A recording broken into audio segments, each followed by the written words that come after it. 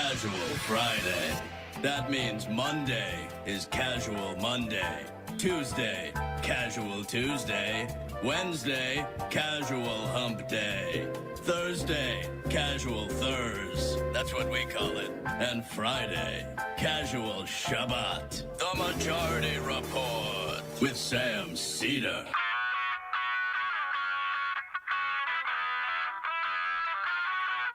It is Friday, January 13th, 2023. My name is Emma Vigeland, and this is the 5-time award-winning Majority Report.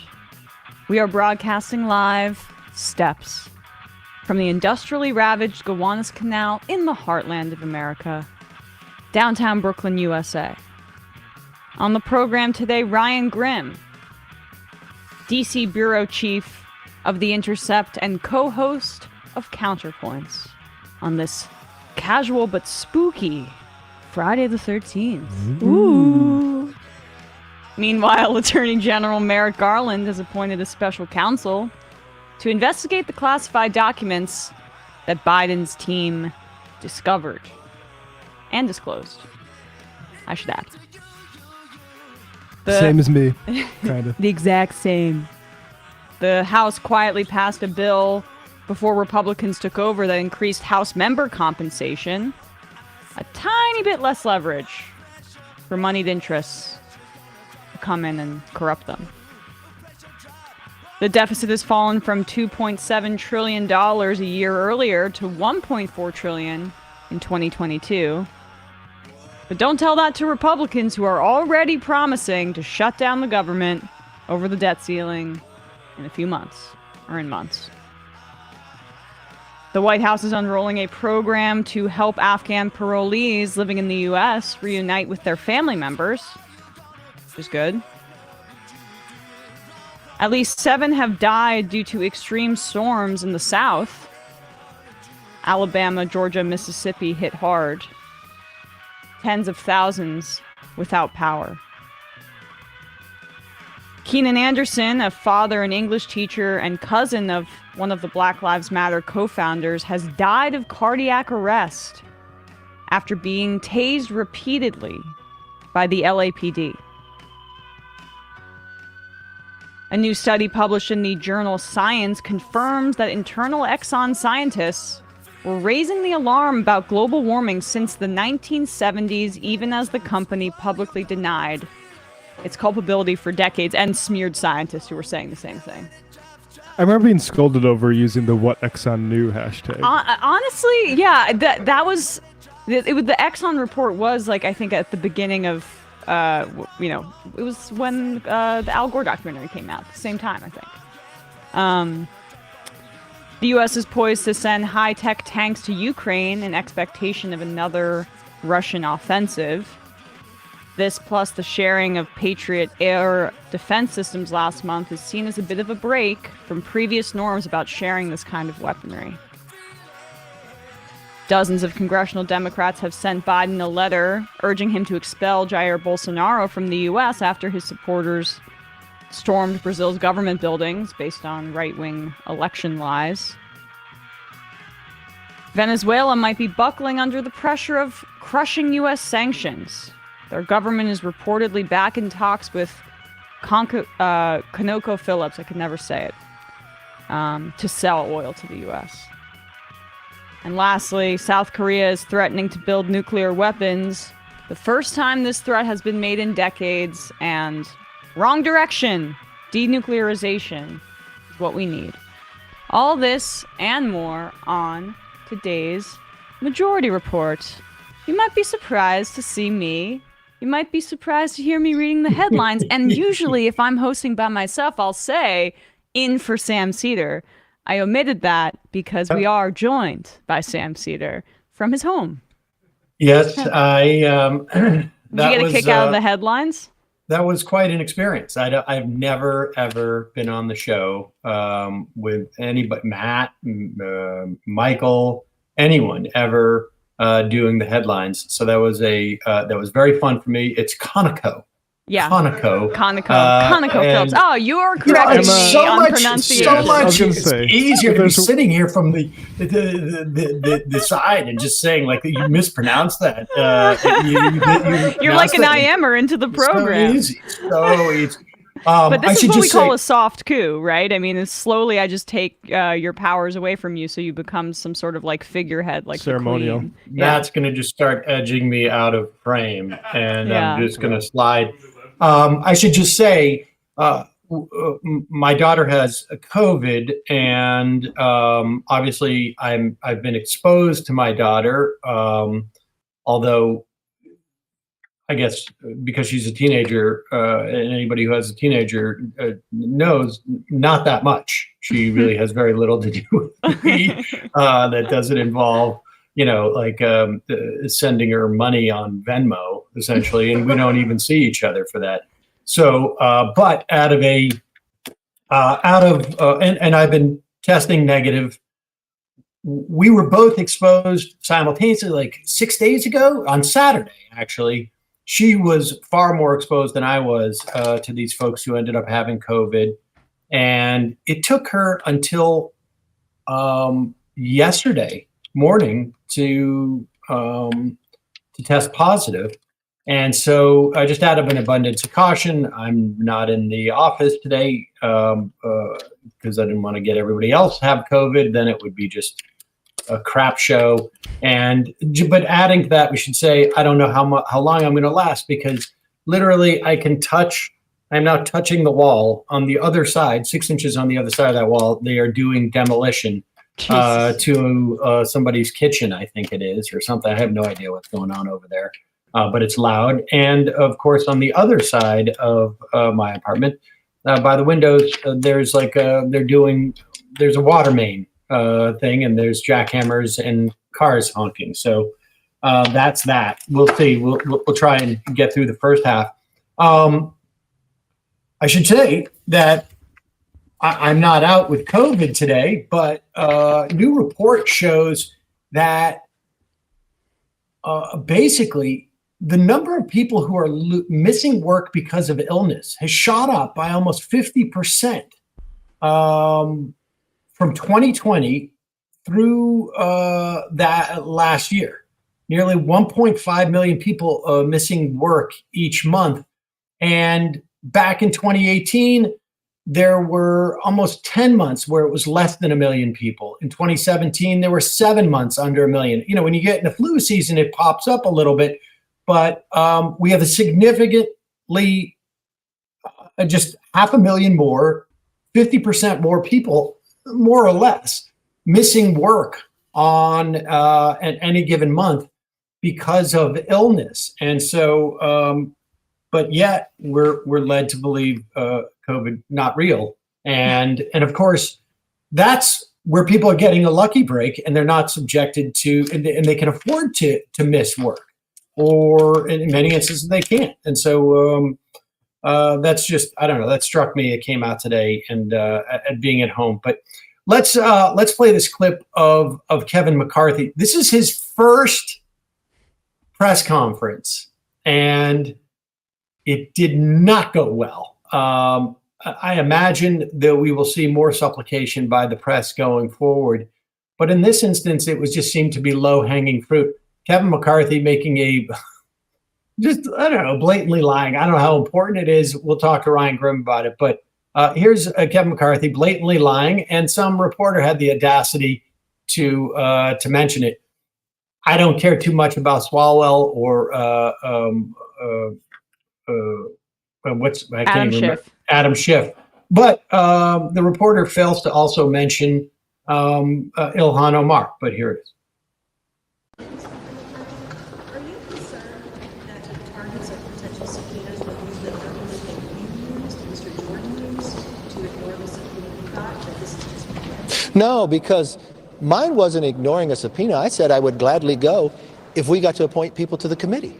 If it was not political, you will find the fundamental difference of me being Pause it. We should also mention, they're talking about the January 6th committee.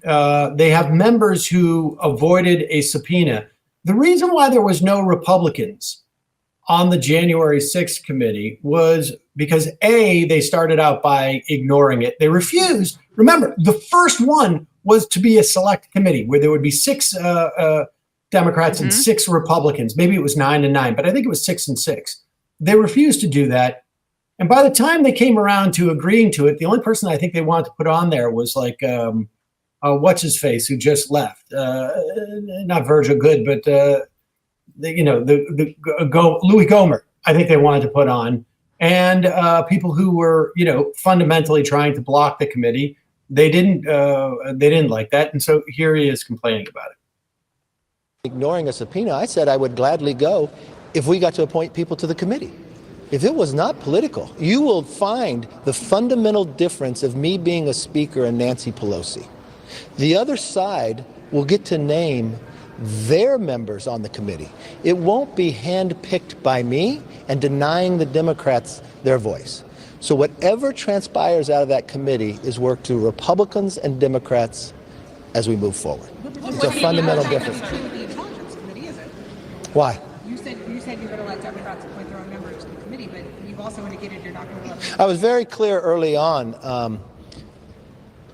Let me phrase something very direct to you. If you got the briefing I got Let me just be clear. You go back because she asked, like, wait a second. You just said that you're not going to deny them seats on the committee, but you've done that with like Swalwell, and you've done that with Schiff, and she didn't mention Ilhan Omar, but those are the 3 that at least that we know of. And it takes them a while to figure out, like, wait a second, how am I going to answer this question? Go back. It's fun to watch McCarthy's brain sort of work. That's a great statement. Let me state something really direct to you. As opposed to the way I plan to answer your question. Yeah. It won't be handpicked by me and denying the Democrats their voice. So whatever transpires out of that committee is work to Republicans and Democrats as we move forward. It's a fundamental difference. Why? You said you're going to let Democrats appoint their own members to the committee, but you've also indicated you're not going to let. I was very clear early on. Let me phrase something very direct to you. If you got the briefing I got from the FBI, you wouldn't have Swalwell on any committee. And you're going to tell me other Democrats couldn't fill that slot? He cannot get a security clearance in the private sector. So would you like to give him a government clearance? You asked me questions about Santos. You asked the questions about Swalwell. Not only was he getting a clearance, he was inside an intel committee. Okay, what about Schiff? He had more information than the majority of all the members. Did you ever raise that issue? No, but you should have. You're going to tell me there's 200 other Democrats that couldn't fill that slot, but they kept him on it? The only way that they even knew it came forward is when they went to nominate him to the Intel Committee. And then the FBI came and told the leadership then, he's got a problem. He was clear. And they kept him on. That jeopardized all of us. Adam Schiff openly lied to the American public. He told you he had proof. He told you he didn't know the whistleblower. He put America for 4 years through an impeachment that he knew was a lie. Ooh, at the same time we had Ukraine, at the same time we had Afghanistan collapse. Was that? Yeah. All right. I mean, it just goes on now. And now he's run out of extreme.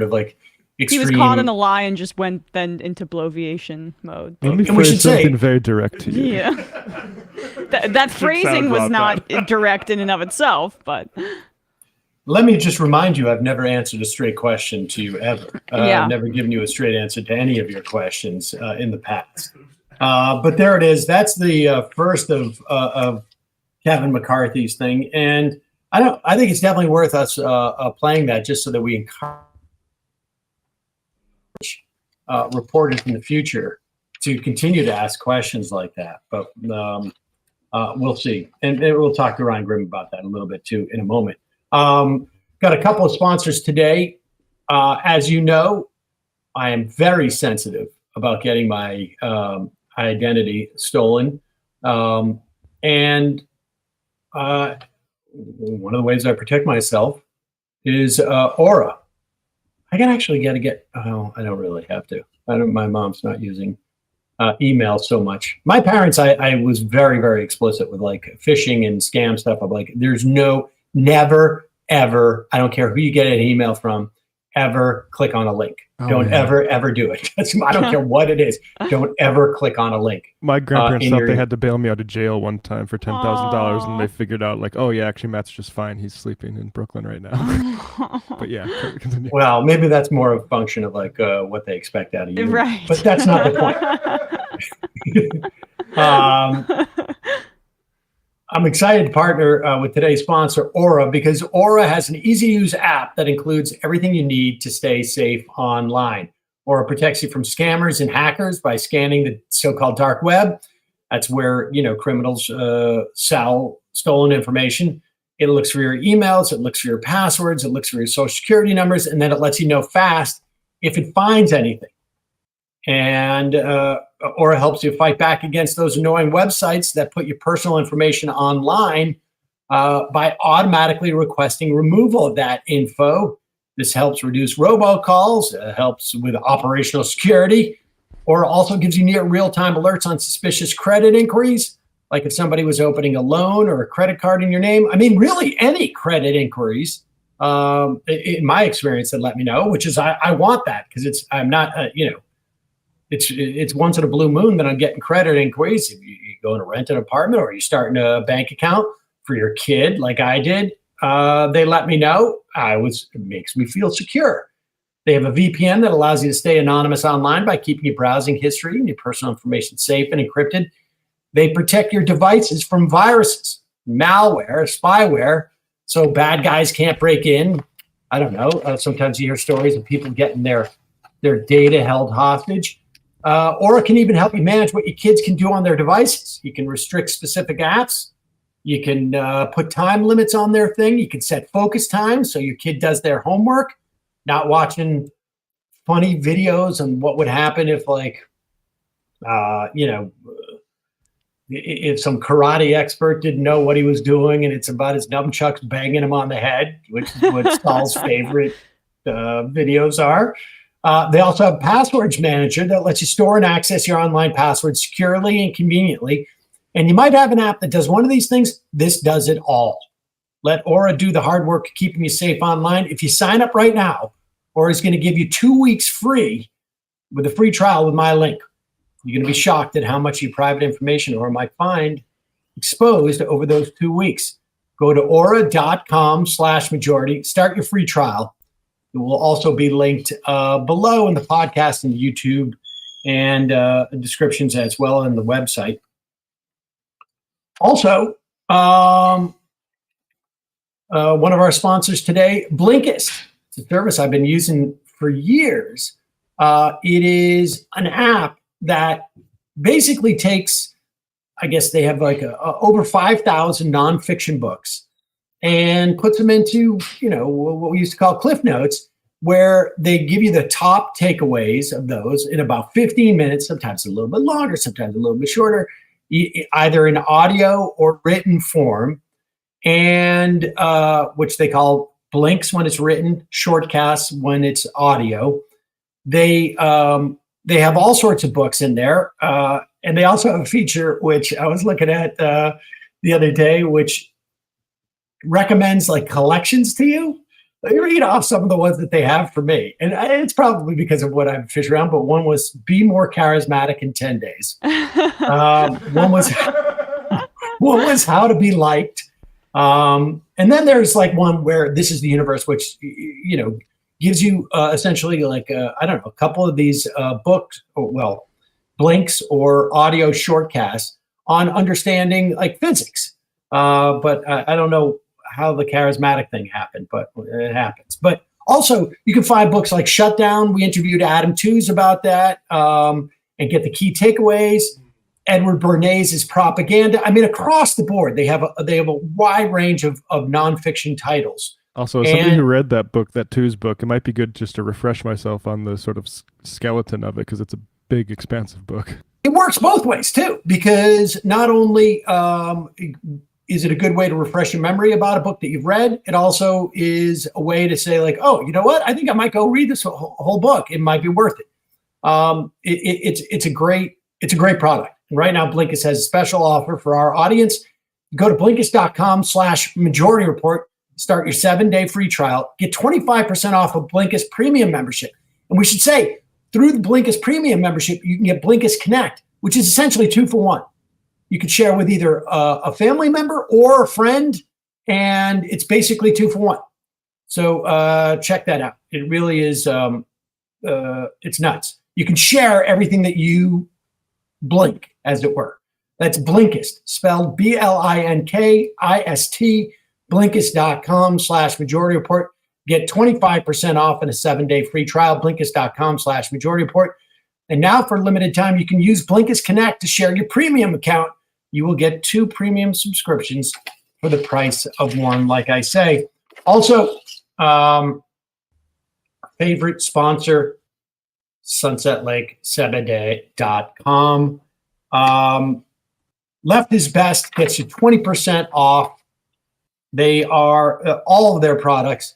They've got a wide array of stuff. They've got gummies, some that has THC and CBD, but like so tiny a THC that it's legal. But for folks like I who are a little bit out of practice, you feel it. But also they have CBD with melatonin. I just had my sleep consultation with a doctor. I did that whole sleep thing. They said to me, melatonin. I have slight sleep apnea too. Apparently that's another issue, but melatonin, very helpful. But they also have tinctures, which helps me get to sleep. They have smokables. They have pre-rolls and keef in that and flour. And they have the only product I think I've ever put on my body that wasn't in the shower. Like I use soap in the shower, but a skin lotion. What do you call it? Moisturizing lotion? Yeah. A moisturizing lotion, which is unscented, but has CBD in it. Oh, and also There's a scented one that smells amazing for people that like scented things. Not Sam, but others. Yeah, I won't do that. But it also, I'll tell you, it really, I get some very dry skin, and that was incredibly helpful. I also, I guess I put the Arnica CBD balm on my eczema at times, but all sorts of great products. They're great. They have great business practices, $20 minimum wage, mostly employee-owned company. They have great farming practices, regenerative farming. They use integrated pest management, so no pesticides. Check them out, sunsetlakesebede.com. Great company, and they're fans of the show. So Left is Best will get you 20% off. All right, we're going to take a quick break. When we come back, Ryan Grimm will be joining us. He is the Washington Bureau Chief of the Intercept and co-host on Counterpoints. We'll be right back after this.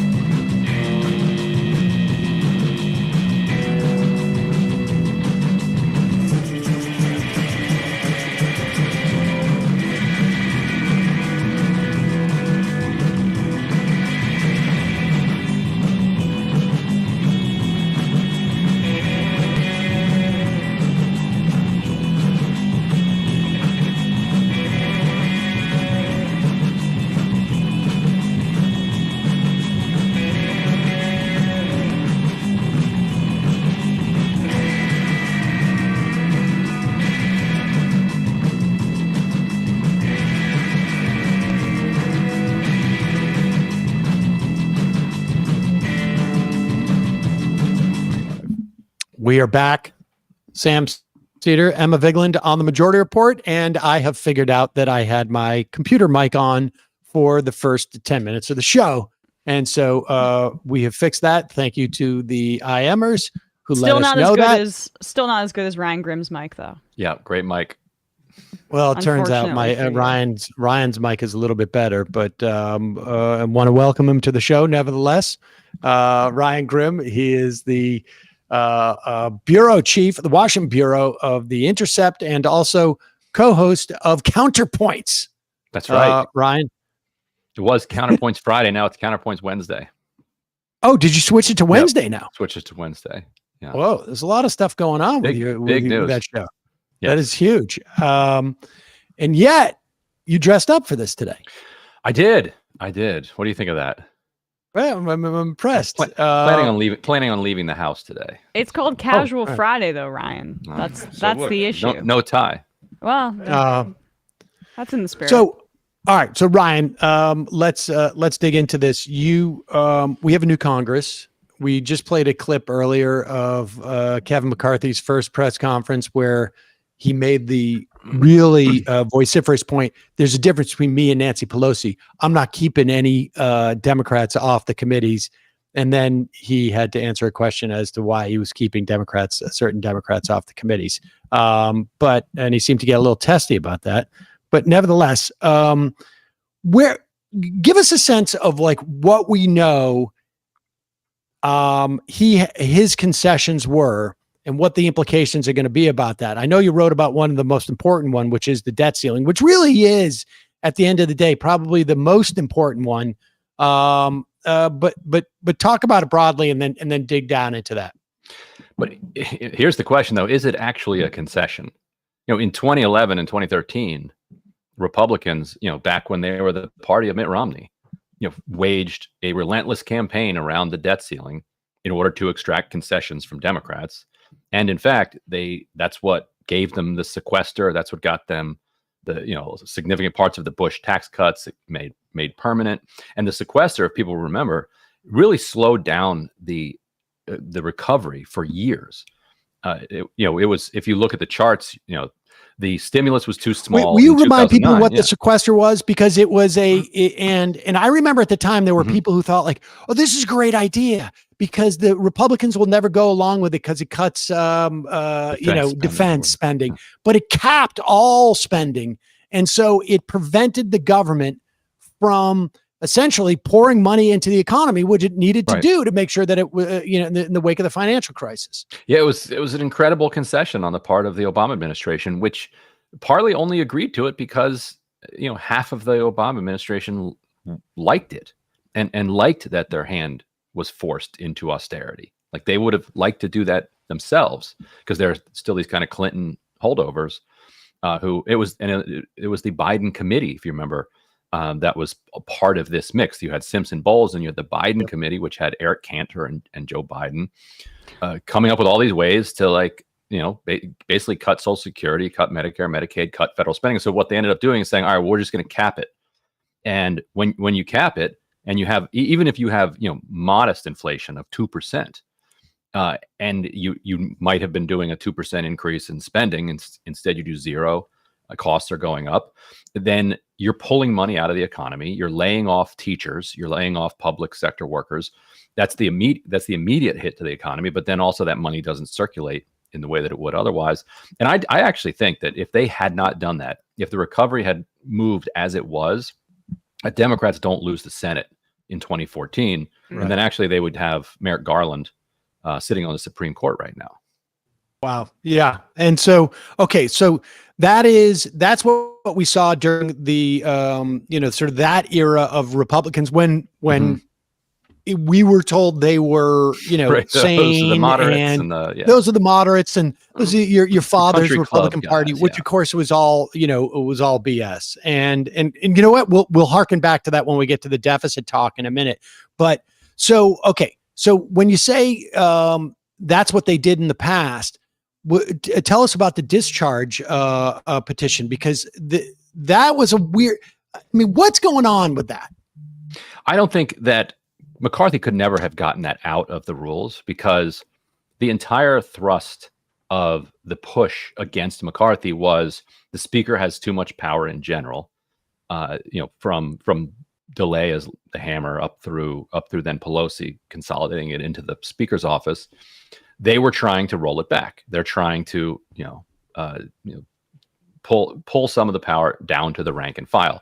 The discharge petition allows any member of Congress to basically file a motion to discharge. You file a bill, and then if leadership refuses to put it on the floor, if you come to them with a petition that has 218 signatures on it from members of Congress, then it bypasses the leader and gets a vote on the floor. So it would have been very hard. It's a key piece of kind of the not just minority rights, but rank and file rights in the House. So I don't think McCarthy could have been able to get rid of it, and I don't think they even contemplated getting rid of it. It's been part of the rules, maybe going all the way back to the first. It goes way back. It's very difficult to do, though. Democrats have to move fast because of the arcane rules around it. They basically need to introduce a bill right as soon as the committees are fully in place, so that it has to wait 7 days after you introduce it before it can get referred to a committee. Then you have to wait some 30 legislative days, and the legislative days can take a long time. Then after you've got the signatures, then it takes another 7 legislative days, and then it must go to the floor, but it only goes to the floor on the second and fourth Monday of the month. And a lot of Mondays they're not actually in. And so what McCarthy could try to do is keep them in. This is how the House rules are just an arcane. I was about to say mess. arcane, right? It's like it's arcane on purpose. Is it designed essentially to make it more difficult? because then that could allow the speaker to say, well, we're not in session at this point. But what it would do is it would say, look, all the speaker would have to do is be in session. And Congress is scheduled to be in session several Mondays in May, I think a couple Mondays in June, one Monday in July, something like that. And so all they'd have to do is be in session, and there would be a vote then on the floor. But that's if they get 218. Right now they have they'll have 213 after the Virginia seat gets filled.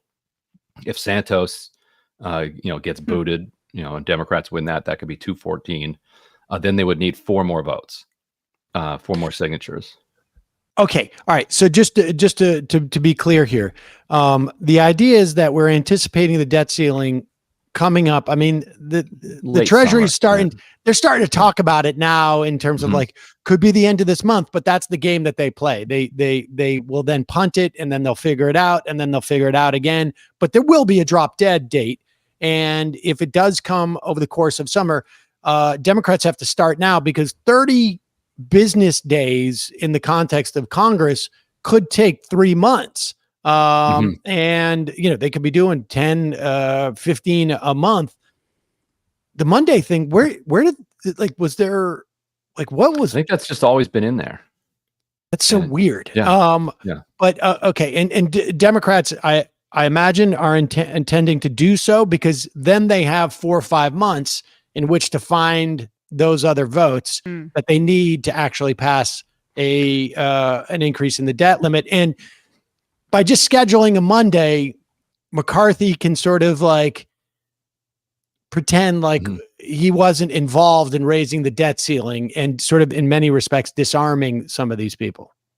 Yes, although you would definitely have the Freedom Caucus types demanding that he not come in session.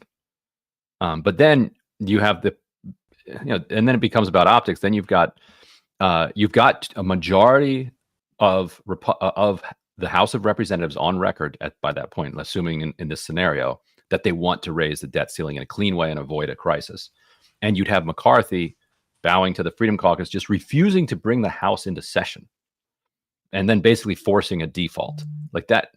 Democrats need to start thinking about the best ways that they can shame Republicans around this, and if you shape it that way, all McCarthy has to do is bring the House into session on the days that he said he would bring it into session, and we don't have a global crisis. That's your one job. That great picture in the video with him and the gavel. Boom. That's all you got to do. That's it. And then then your work is done. And you could frame this as they're too lazy to come in on a Monday because they want a long weekend and save the world economy. That Right. I mean, that seems to be sort of like an easy. That's it doesn't get the fruit doesn't hang a little lower than that. Let's put it that way. Especially if you've got those 4 or 5 Republicans, there'll be a lot of pressure on Republicans not to sign on to that. But if the stories are true that these moderate, quote unquote, moderate Republicans are frustrated with the Freedom Caucus, like this is the way to do it. What's The other way that I saw somebody else pointed out another way to do it that could almost even be easier because of how difficult it is to navigate this through would be to take the Problem Solvers Caucus, Josh Gottheimer's little crew that claims that they're about bipartisanship. They've got 14 Republicans, 14 Democrats. They could easily depose McCarthy. Like what just takes one person from the majority filing a motion to vacate. They could pass it, and then they could put McCarthy right back in. Like nothing would stop them from doing that. I'd be like, look, we don't actually want to run the House. We don't think we have a governing coalition, but we want to avert a global catastrophe. We have the power to do this, and therefore we're going to do it. And now you can file a motion to vacate, and we're done. So wait a second. So they take him out. Right. I don't understand. They take him out, they depose him, and then they put him back in. Right. So what happens in the interim period? In the interim period, the new speaker, somebody from the Problem Solvers Caucus, would bring the debt ceiling to the floor. Well, why don't those debt ceiling people just vote? Oh, I see, because they need that Monday as well for part of that. Yeah, there's a bunch of different ways to do this, but what was the value? I mean, was this just a question of like Manchin wouldn't refuse to raise the debt ceiling or get rid of it in the lame duck session? I mean, because it didn't seem like Joe Biden pushed very hard on it either, and that seems also ridiculous. Like, do the Democrats really?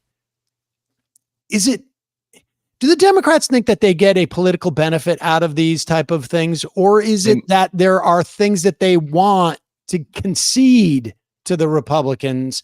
And this is the way to put them in a position where, like, we've been held hostage. We had to cut Social Security a living increase or something. I think it's a little bit of both. I think that they like it when the Republicans are acting totally crazy and threatening global catastrophes around cutting Social Security.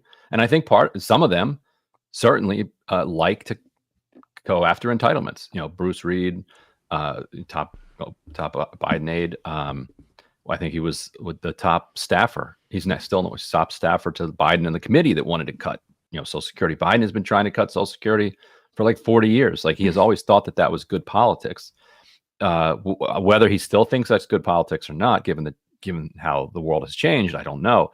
But those instincts probably die hard. So I think, it might be some of it. What other explanation could you have for allowing this axe? Just handing this axe to people like Matt Gaetz. Here you go. I'm sure this will be fine. Let me just hand you this very sharp axe that you can hang over our neck for the next 2 years.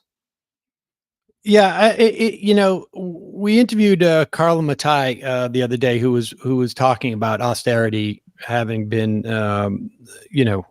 a full-on part of capitalism. Like, it's not a solution to a problem. It's actually sort of like part of the system on some level. And we were talking about this dynamic where you have, left of center economists saying, what is Jay Powell doing? And we don't need to raise interest rates. This is inflation that we're experiencing, and we could talk about this a little bit more. Is not a function of excess demand. Why is he disciplining labor? Because the answer could just be like his job is to discipline labor, and it's not that he's making making some type of miscalculation. It's just that you don't understand what the equation he's working on is. And it sometimes it feels like that's what the debt ceiling is for Democrats. It is, even if they don't need it now, there is a sense that we should hang on to this because it's an effective tool in the future. Biden's word that he used to describe getting rid of the debt ceiling in the lame duck is instructive. He called it irresponsible. So, he feels like it is the Democrats' kind of responsibility to live within their means, to tighten their belts, to be good stewards of the debt and the deficit and of spending, not to be not to be irresponsible tax and spend liberals. I think that's where that comes from. It's hard to see it any other way. And if you look at what's the main story that the kind of business press has been freaking out about for the last couple of years, it's these uppity workers, who in the professional class, they're refusing to come. They're making a lot of demands and they're refusing to come back into the office. And in the working class, they're demanding higher wages. They're quitting. They're quitting and getting new jobs that pay more, and they're organizing into unions. And this has been the outrage that's expressing itself relentlessly in the business press. And so, austerity is the answer to that problem of theirs. And you mentioned, Biden's sort of past in this. I think in We Got People, the book that you wrote, I'm not sure if you remember that.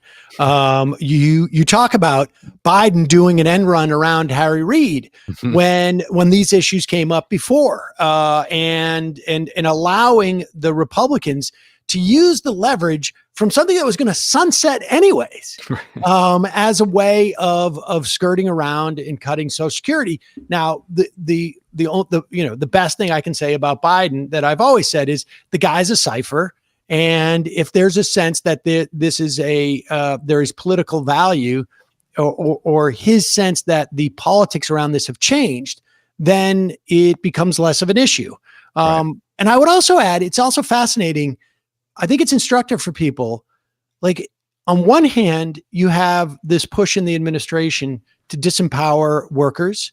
And even when he is in an opportunity to help out the train workers, which, it's a small number of people, at the end of the day, but it sends a big statement in terms of like where the administration is in terms of unions. At the other end of the administration, you have the FTC and Lena Khan. The non-compete clause that they're going to ban, it appears, that's going to empower workers tremendously across the board. Yes. Yeah, it sure will. And it'll be interesting which Biden will show up to these negotiations, because among the biggest risks of a Biden presidency are that one, he's just absolutely terrible negotiator who thinks he's a great negotiator, and his kind of austerian instincts. In that anecdote that you talked about, Harry Reid was doing the logical thing, which was he's like, I'm going to take Mitch McConnell off the cliff with me. There was this fiscal cliff set up, which after midnight on December 31st, like whatever it was, 2010, all of the Bush tax cuts were going to expire, like all of them, boom. And so Reid's like, if I don't do anything and we just ride this car, we're going off this cliff. And then after we go off the cliff, let's talk about cutting some of these taxes. You want to cut them back? Sure. The middle class tax cuts. The middle class ones. Let's bring those back. Right. Let the Democrats take the credit for middle class tax cuts. Yeah. And the Republicans are completely jammed up in that situation. And so Mitch McConnell made a call to Biden. And they allowed Biden to come in, and Biden bailed out Mitch McConnell. And after that, Reid cut a worse deal than Reid had already extracted from McConnell. And after that, Reid told the White House, you cannot send this man down to the Senate ever again, like to talk to Republicans. Like if he wants to come and like glad hand, fine, but he can never be involved in these again. And he didn't approve it that time either. It's McConnell just very wisely called his old friend Joe. They'd known each other since the 80s, and he just called him up and said, you would not believe how mean Harry Reid is being to me. And Joe's like, let's talk. Let's come to a deal. And brutal.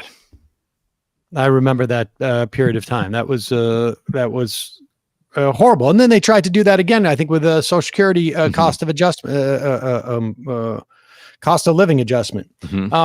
So the discharge petition, that's something to see if the Democrats do literally the day after the committee forms, that they start that process. Yeah, they could start drafting the bill now.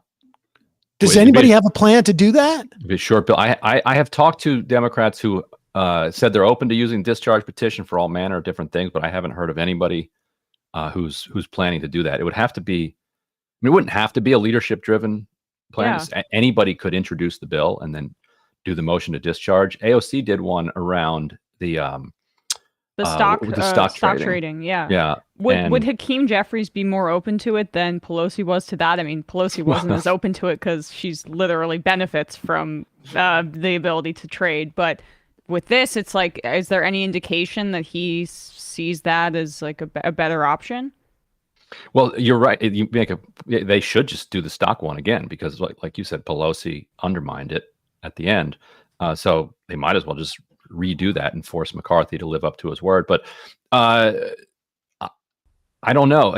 These, like you said, these Democratic leaders, like, how hard do they want to fight this? Like, to me, they should do it now so they preserve the option, because you can't come back in May and June and be like, oh, we should have done that, because then it's too late. You don't have the 30 legislative days, etc., to make it work. But do Democrats actually want to go to the wall on this? Like, it's not obvious that they do. But on the other hand, like, what do they expect they're going to, like? I mean, take the Republicans at their word. They're gonna do this, so you might as well put a preventative measure in place to ensure. I mean, I don't know why you would not be proactive about this. And even if you wanted to pull the plug on the effort later, I mean, you want yourself to have the option, right? You do it now because it's a long process. And if you don't start it now, you don't have the option. Let me ask you this, and maybe it's too early to tell, but the best thing I can say about Nancy Pelosi is that when we were entering into an era where you needed a minority leader in the House that, knew the rules, had a iron grip on the caucus to prevent, defections for like people, like the problem solvers, like the concern. And, I think the caucus has gotten less conservative. I think that's also the case with the Senate over the past, 20 years. And so you always have these people who are like, well, I'm willing to make a deal with the Republicans.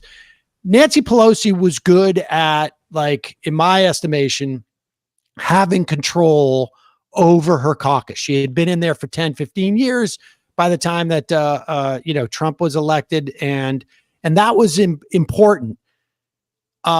This is a different situation where you don't need that strong and that authoritarian, really, frankly, for lack of a better word, iron grip on the caucus, because the White House is also a veto point, and the Senate is a veto point for the worst that the Republicans can offer.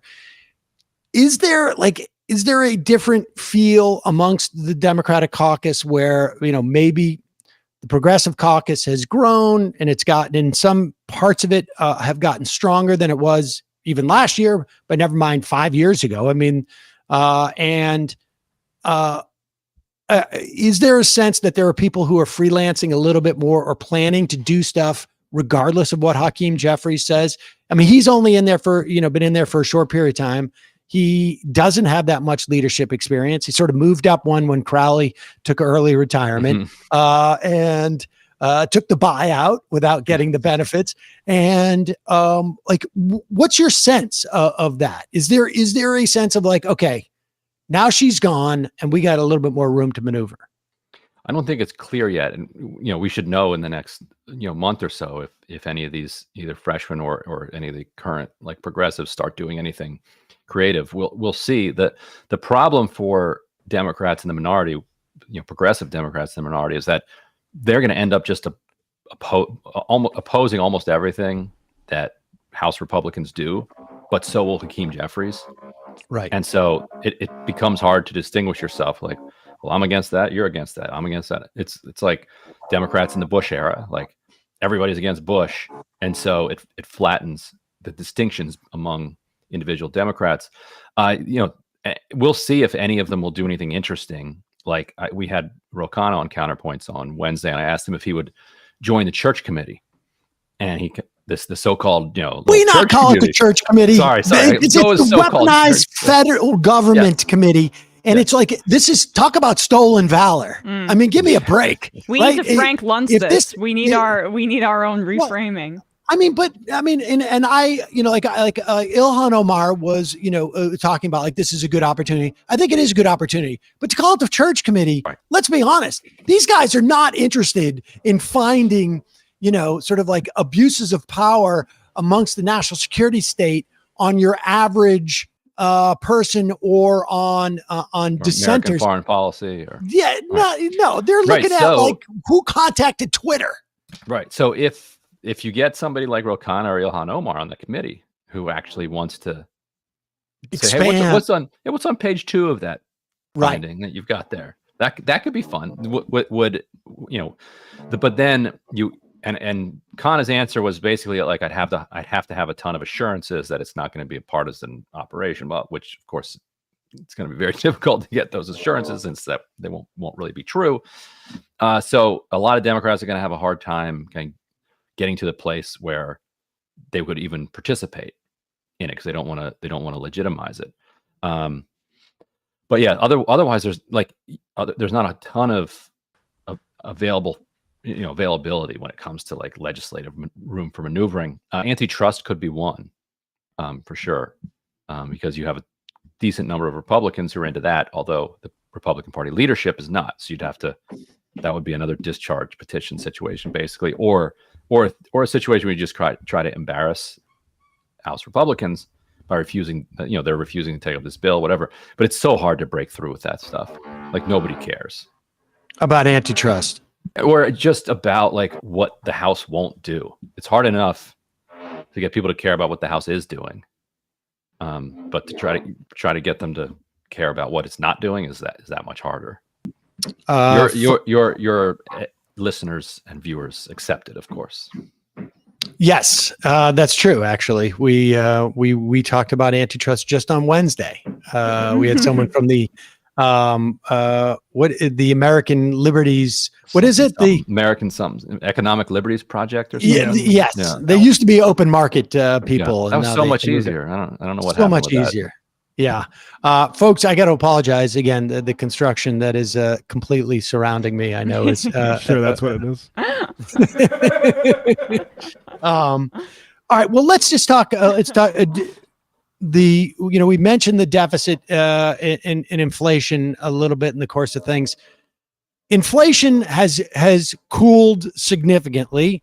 We still, if you go from 2021 to 2022, it ramped up by 7%. I don't know that we ever had deflation because of COVID, but those price hikes are real to a certain extent. But eggs cost like, it's not. In New York City, you can find eggs for $9 a dozen. Mhm. But just even across the country, they have expanded. They've gotten more expensive. But that's because we killed billions of chickens, Yeah, I think billions billions. of chickens because of the avian flu. And in a year or two, stocks will be back, and that'll be down. I saw a report saying, inflation cools again this month, but only because of gas and because of energy. And I can't remember what to say, but like the two biggest things that have been driving it in the first place. So we have Powell. That may slow a little bit, but then the Democrats come out and like are trumpeting like the deficit's cut in half, which is just, it's bizarre. It's almost like Eric Adams, like talking about crime in New York City, because no one cared about the deficit for the past year. 6 years really, during Trump and through COVID. And what's the value of bringing it up in that instance? It's just they've internalized the Republican criticisms of them over the decades, and they just can't get over themselves. Like they're just not as savvy as Republicans when it comes to their own self-confidence. Like Democrats can criticize Republicans constantly about whatever it is. It doesn't seem to bother them. Call them warmongers, call them whatever. Like they don't run around saying, see, we didn't bomb this country. How do you like that? See, we're not warmongers. They just do their thing. But yeah, Democrats have just absorbed this criticism that they are the ones that are running up the deficit. And they went, and so they're so excited that the deficit is coming down, which, like you said, nobody cares about. People care about what things cost, what they're making, how easy or hard it is to get a job. Like, that's what people care about. If the deficit is high and it's hard for them to get a job, and wages are down and inflation is up, and people are talking about the deficit all the time, then people are going to tell pollsters that they care about the deficit, because they'll think of it as a proxy for all their other economic problems. Right. But if there aren't those other economic problems and the press isn't talking about deficit, nobody's going to say boo about it. And right, so you're right. It's like it's just them. They just can't get over themselves. Like, just forget about the deficit. Nobody cares. Like, what people care about is, like, the inflation number is good. Like, CPI was down 0.1% over the month. It looks like we peaked in June and have been steadily coming down since then. And we're still adding more jobs and adding jobs than at like any time on a consistent month-to-month basis than I can remember. And I've been doing this for 18 years. And like, the idea that we're adding 230,000 jobs a month, and we're now, I think, technically at the lowest unemployment rate in 50 years. And we're watching all these labor actions. The nurses won their strike in New York City after 3 days. These labor actions are completely tied into the notion of how empowered workers feel, and that is a function of those numbers and the sense that people can find another job and this and that. And so we're in good shape, and it's almost like the administration can't help but say, like, but there's this looming problem out there that we want you to know, that we've been able to sort of bail, but the ship is sinking. I mean, it's just ridiculous. It just doesn't make any sense. I wonder, this is a good opportunity maybe to segue into Katie Porter announcing that she's going to run in California to get rid of one of our, sort of, I don't know what could be more emblematic than the problems that we have with Democratic leadership than Dianne Feinstein. But like, do we just need a completely new generation of Democrats to come in? We're going to still have some problems where people are ideologically, but just in terms of like shooting themselves in the foot. Right. Get the people who can't forget Reagan out of there. Like, it's over. Or McGovern, for that matter. Yes, McGovern. Yes. Oh, absolutely. Still scarred by McGovern, for sure. I think she, if she can get out of her own way, I think, like, managerially speaking, like, the big knock on her has been Katie Porter. Is kind of the churn in her Hill staff. I saw her being asked about that on Pod Save America, and I'll be honest, the answer was a tad concerning. What'd she say? It just was like a bit. Heat? Get out of the kitchen. It was a bit defensive in tone, and I mean, look, I would care, and also the staffer was supposedly anonymous, but she started calling the staffer she, so clearly there's an understanding of who this person is, and it was awkward. But I mean, at the same time, it's like, how do you weigh these things, and do you let it get in the way of somebody who would have a much more progressive bend, and being in Congress? To me, it's not something that as a voter you really even need to weigh. You should prefer that people are good managers rather than bad managers. People that prefer that they treat workers well rather than they don't. But trying to divine it from the outside is kind of useless. You'll figure it out. Like, if her campaign implodes because of it, and she misses huge opportunities, etc., then you don't have to think about it. Like, it worked itself out. If she runs a great smooth campaign, then she figured it out. Like, and candidates, I think, like her should find some more humility around the managerial side and just hire a campaign manager. Be like, look, I recognize that I have a lot of strengths. This isn't one of them. You just do this. Like, hire somebody who's really good at it. Just have them do it, and then just focus on what you're good at, which is meeting with voters. Coming up with creative policies that capture people's imaginations.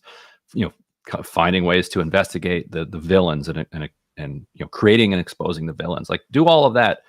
Let the other people handle the management. So we'll see if it'll work itself out. Like it's not something we even need to observe too much. We'll just see it happen. What do you think of Barbara Lee's candidacy? That's an interesting one. And maybe like in some ways she's setting herself up to be appointed if Feinstein decides not to finish up her term or something. Yeah. Barbara Lee's done a great job of, she's part of the Democratic Party establishment. Like she's very close to Nancy Pelosi. She's she's basically in the kind of leadership circle. She's been a loyal Democrat, but she represents, the Bay Area, Oakland, and, has taken some courageous votes, and she's been prescient about a few things, and she's done a good job of kind of leaning into that, and has kind of created a perception among kind of a national audience that she's practically a squad member, despite having, basically being in the Democratic Party leadership circles. So she's really an interesting case. And I think the fact that she was like literally active with the Black Panthers as a young radical, probably, plays into that. Like that's, people around the country, I'm sure, like, whoa, that's pretty cool. That somebody was a Black Panther in Congress. Think it's cool. Yeah. Oh yeah. In the Senate. Cool. Yes. But it would be much cooler if that had taken place in the 90s and not in the 60s. And I mean, that's the problem. She's 76 years old, right? Or 76? 76. I mean, I would love her upon being sworn in. Yeah. Yeah. And so she would be her first term, at the end of her first term, she'd be 84. I mean, it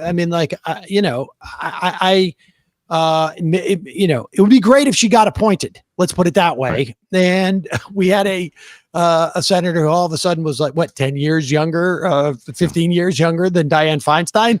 And aware of what's going on. Exactly. Yeah. And conscious. Is there anybody in the Democratic Party who can look at this race and come in and say, because right now it feels like this Senate race, assuming Dianne Feinstein either doesn't serve out her term or someone tells her it's time to resign, is literally going to expend, I think, a multiple of a figure that would solve homelessness in California. Honestly, I don't even think that's hyperbole. I mean, I think that like literally the dollar figure that's going to be expended in a race that's going to ultimately be about two Democrats in the general election. There's going to be a primary and then there's going to be a general, and it's going to be Democrats only involved in all of this. It just seems like a horrible, horrible waste, but there's really no way to avoid that, is there? I can't think of one. And that sets up Adam Schiff really nicely. Like if you go into the FEC and start checking out like who the top Democratic fundraisers have been over the last 5 years or so, I'm always shocked. Like, oh, Adam Schiff. He raised something like $100 million last, like some absolutely ungodly amount of money. Now he spends a lot of that back on mostly Facebook, but doing digital marketing. So he's one of those guys. If he raises $100 million, he spends $80 million to raise that. Okay. So I guess all that money's staying in California, right there in Silicon Valley. So that's nice for California's economy, just circulating that money around. But because of his constant kind of competition with Donald Trump, he became this kind of star figure among resistance, fueled Democrats who would just open up their wallets to his email every time it landed in their inbox. Now, Katie Porter has that too. Like not at Schiff's level because of Schiff's contest with Trump, but because Katie Porter is, slicing up so many different villains, people have been willing to send enormous amounts of money to her as well. And so, yes, so not only are you going to see like rich California Democrats spending enormous amounts of money on this campaign, you're going to see regular people from around the country, pouring $25 at a chunk like into this California race. This among feels these. like it could be a heightened version of what we saw in New York 10 with Dan Goldman, who also had like public cachet for being anti-Trump, and two progressives on the ballot that ended up splitting votes, and that where you essentially could and it handed it to him. I mean, I would love if either Barbara Lee or Katie Porter ran. I'm not sure and I know they have a jungle primary process, but it's still, you can build momentum being that kind of fundraising juggernaut as Adam Schiff going into the jungle or the general against either Porter or Lee. It also, if there's only one Republican who, ends up at like 30% or something, then you could potentially have, a Republican make it into the top two. If like Schiff at 32, Republican at 30, Porter at 25, Lee at 20, Feinstein at 5 or whatever, maybe Feinstein at 30, it's hard to know how that's going to shake out. But the good news for Democrats is that it is the top two. And if in New York 10 there was a top two situation, you would have had Goldman then lose to in the general. What would it have been? Was it Yulin who was Yulin, second place? And Mondaire Jones, all I think he came in third or fourth. I think it was I can't remember her name. I think Yulin knew what. I think Yulin know what. She got second. Was yeah.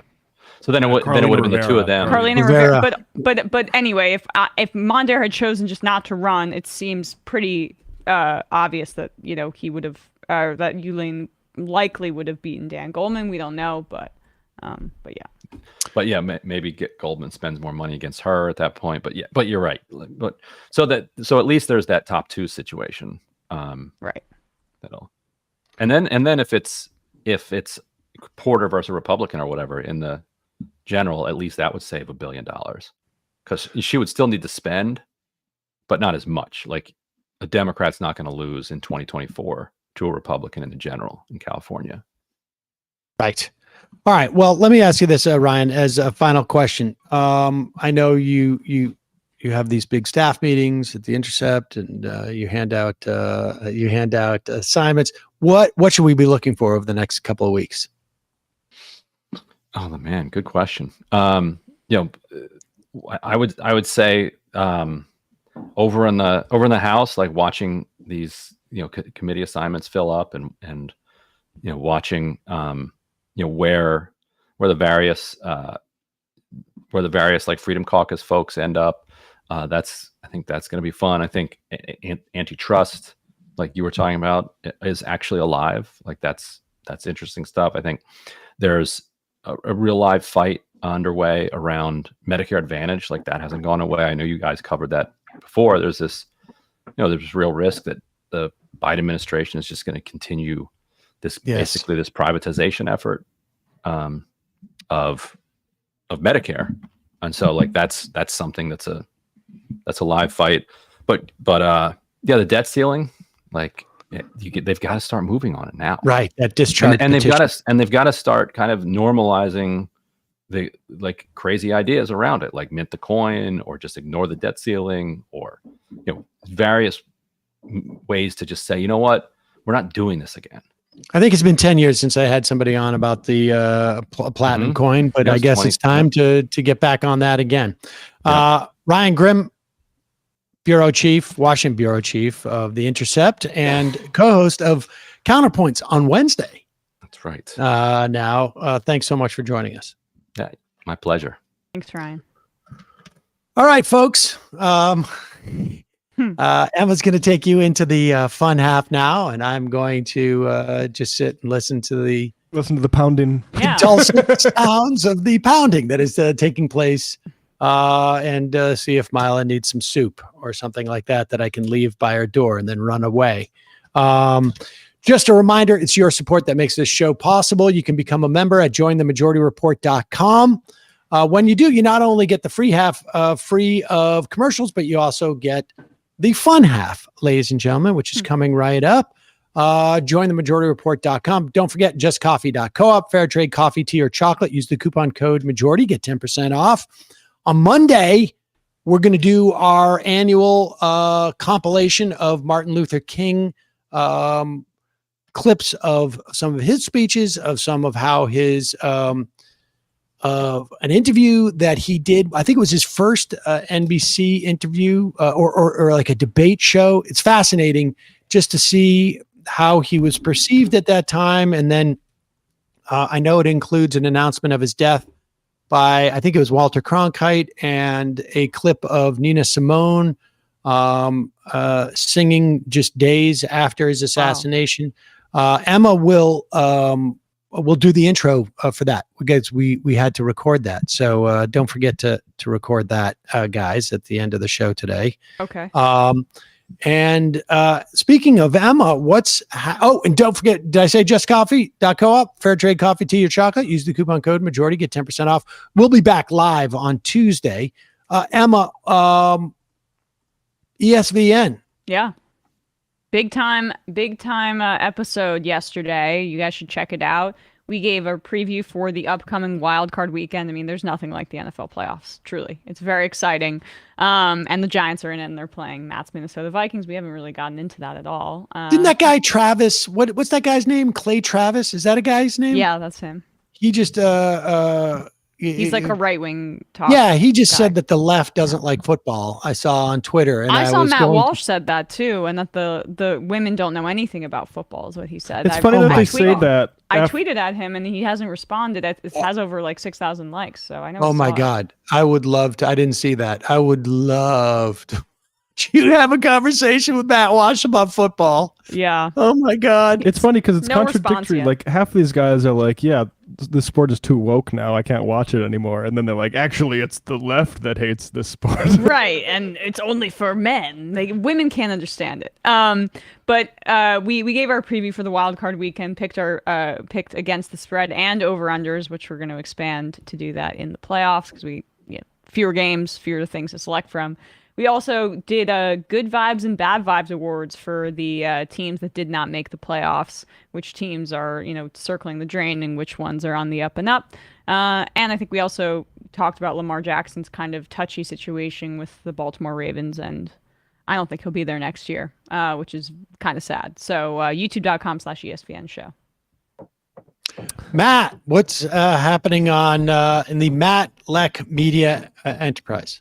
Yes, January 2nd. This is Revolution Left Reckoning. Give them argument live in Manhattan, New York City at the Cutting Room. Get your tickets, folks, at Eventbrite. And Sam Seder, Emma Vigeland, also going to be there. Bhaskar Sankara. It's going to be a real brain trust. So get your tickets now, folks. Oh, I should also add, I think I am doing get your argument on. I think I'm give them argument on give them argument on Monday. On Monday, it turns out. I thought it was Tuesday because he originally told me Tuesday, and now it's Monday. So I think it's going to be Monday night. So tune in. I think 8 p.m. is usually when he does it, right? That sounds right. Yep. I mean, 8 p.m. Tuesday didn't sound right because that's when we do it. So. Yeah, I mean, he told me the 17th, and then it turns out that it's the 16th. So that's on him. But I'll be there on Monday night. He did, and wow. I don't. You never do that. Well, and not only do I not do it, I don't have no tolerance for it. So, all right, 646-257-3920. Emma will be taking your phone calls in the fun half of the program. We didn't book anybody because I thought, you were back and we would give us an opportunity to goof around. But I know. And I should say, people probably can't hear the pounding that's going on here in the way that we can hear it because we're filtering it as it goes out through the board to the audience. But it is, I cannot tell you how distracting it is and how loud it is on this end. I mean, our filter's doing a good job, but yeah, I'm sorry. It's like this, and we were just saying how it's like they're building a building near our office as well. So this is going to be the construction. We're going to be testing this new noise reduction, these new noise reduction algorithms. This will be known as the construction era of the program. All right, 646-257-3920 is the number. Also, you can IM the show through our now new app on both Android and iOS platforms. It's an amazing app. You should check it out, and it's totally free. If you're a member, you can IM the show. And if you're a member, you can search our deep archives. 12 years. We just hit 13. We had 3,000 shows the other day and didn't even notice it. Wow.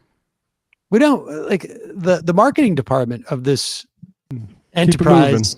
They are really 3,000. They don't exist. Yeah. Like that's probably the biggest milestone. Like we're going to hit 4,000, maybe 6,000. I think it's going to be tricky, but I mean, it's possible, but You just skipped right over 5,000. yeah, I know, but there's That's a symmetry. a big milestone. I mean, that's the one I think we pay attention to. 3,000 is a big one. Okay. Is there another show out there? Do you think that is 3,000 episodes? Well, I mean, who That's does a- daily stuff? Yeah. But they might not number it the way we do, but they've probably done the volume. Would have.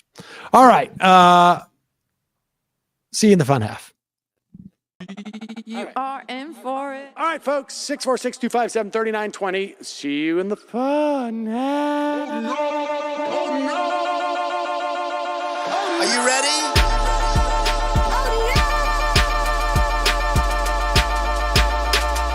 Who sent us this? Alpha males are back. Boy is back. And the alpha males are back. Just as delicious as you could imagine. The alpha males are back. Boy is back. And the alpha males are back. Just want to degrade the white man. Alpha males are back. I take all of it in my throat. Alpha males are back. Snowflake says what? The alpha males are back. You are a madman. And the alpha males are back. Oh no, Sam Seder! What a fucking nightmare! Bring back DJ. Yeah, or a couple of them. Just put them in rotation. DJ Denner. Well, the problem with those is they're like 45 seconds long, so I don't know if they're enough of a break. That's fucking nonsense. You see white people doing drugs that look worse than normal white people, and all white people look disgusting. And the alpha males Psych. Fuck them. Snowflake says what?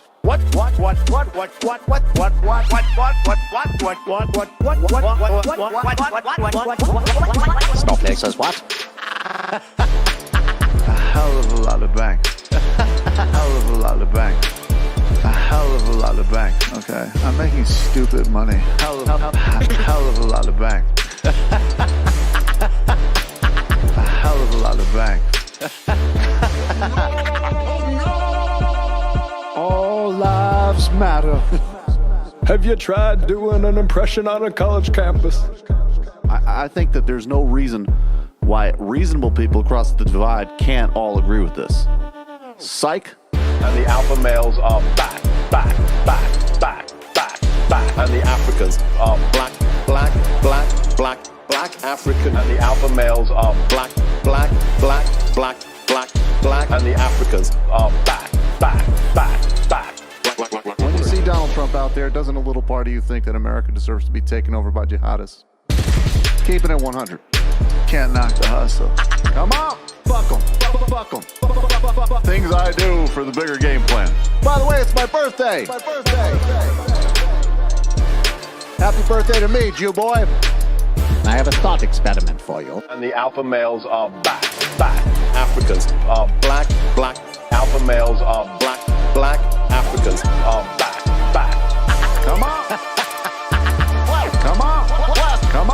Someone needs to pay the price for blasphemy around here. I am a total pussy.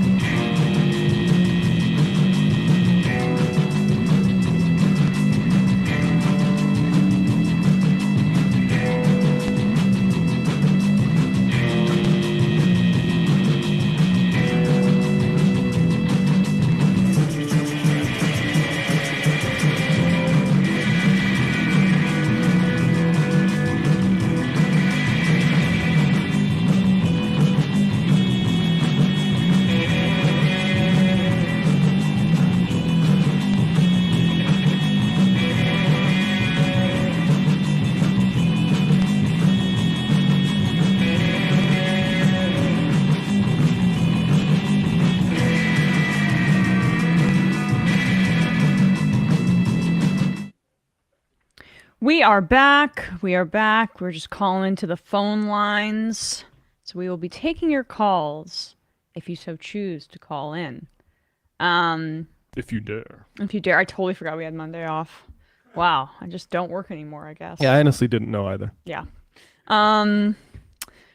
Reading some IMs while we wait. Sam, well, this can be for me, I guess. Dago Lefty says, with incident with Damar Hamlin, the recent passing of Lisa Marie Presley, is this the new norm for the anti-vax nut jobs? Every time there's an incident or unexpected death, these sociopaths are going to insinuate or directly blame COVID vaccines. Heart disease is the leading cause of death in the U.S., and I can't stand the idea of hearing these idiots from here on out. Yeah, that is self-preservation by the anti-vaxxers because they have made a horrible, horrible mistake that has got their audience killed with heart attack stuff. I'm just switching over to the fun half now. Just give me a second. And sure. now we're fully over. Okay, so